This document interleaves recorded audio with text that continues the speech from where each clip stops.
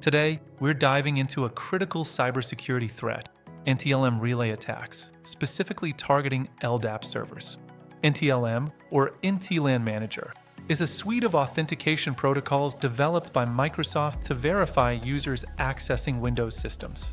It uses a three-step challenge-response handshake to authenticate users without sending their actual password over the network. First, the client initiates by sending a negotiate message to the server, indicating its desire to authenticate. The server then responds with a unique challenge, a random string of characters, to the client. Finally, the client encrypts this challenge using its NTLM hash, derived from the user's password, and sends the encrypted response back for verification. Despite its widespread use, NTLM has several significant security vulnerabilities that attackers can exploit. One major flaw is the lack of mutual authentication, meaning the server doesn't prove its identity to the client, making it vulnerable to man-in-the-middle attacks. NTLM also relies on older, weaker cryptographic algorithms like MD4, which are susceptible to brute force and dictionary attacks. Crucially, NTLM transmits password hashes over the network, making them vulnerable to interception and relay attacks. Furthermore, NTLM lacks support for multi-factor authentication, increasing the risk of credential theft. An NTLM relay attack exploits these vulnerabilities by intercepting an authentication request and relaying it to another server.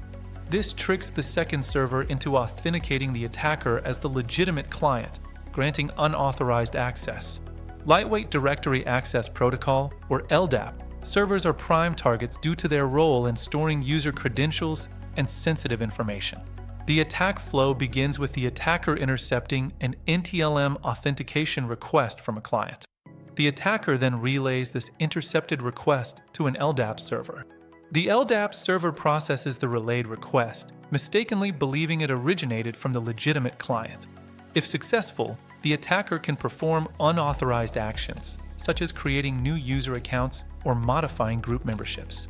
For instance, an attacker could create a new user account with administrative privileges within the LDAP directory. They might also add their own account to a privileged group, like domain admins, gaining extensive control. To protect against these attacks, disabling NTLM authentication entirely and migrating to more secure protocols like Kerberos is the most effective measure.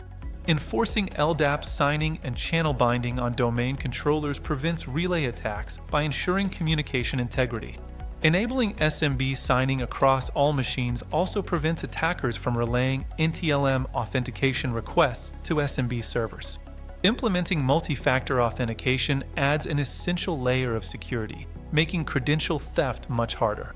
Regular patching, network segmentation, and continuous monitoring for suspicious activity are also crucial mitigation strategies. Microsoft is actively working to reduce and eventually eliminate NTLM usage, encouraging migration to modern authentication protocols.